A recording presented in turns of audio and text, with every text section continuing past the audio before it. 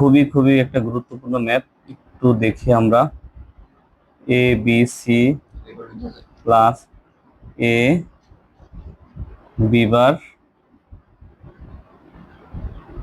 C plus কি এ বার। তাহলে এখান থেকে আমরা কমন নিব কি এ আর সি, তাই না?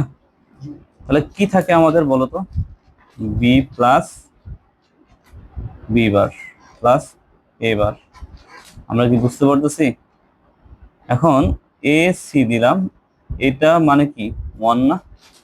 সেম জাতীয় ওয়ার্ড থাকবে, আর যদি উপরে একটা যে কোনো একটা সেম জাতীয় ওয়ার্ড থাকবে প্লাস আকারে, এবং যে কোনো একটা উপরে বার থাকলে কি হবে? অন হবে।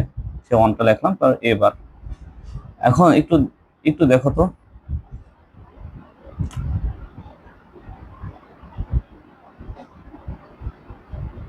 এ প্লাস, ধরো স্বাভাবিক আমি একটু বুঝাই দিই,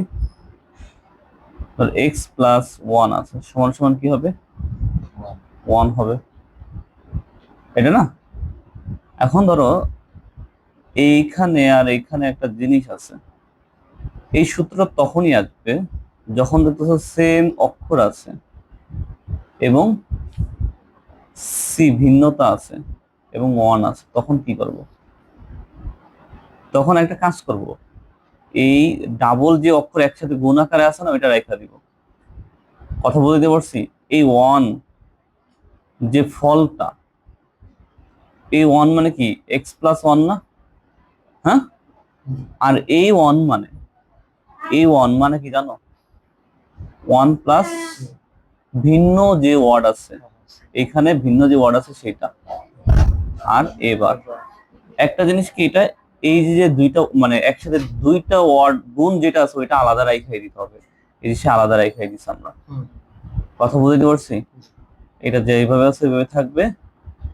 এখন এর সাথে এবারের সাথে ওয়ান গুণ প্লাস এবারের সাথে সি গুণ। কথা বুঝতে পারছি আমরা? না বুঝি নাই কোনটা? হ্যাঁ, আচ্ছা। এখন আমাদের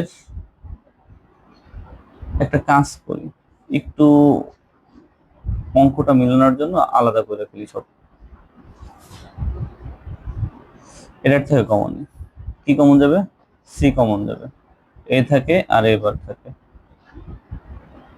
তাই তো? বুঝতে পারছি আমি?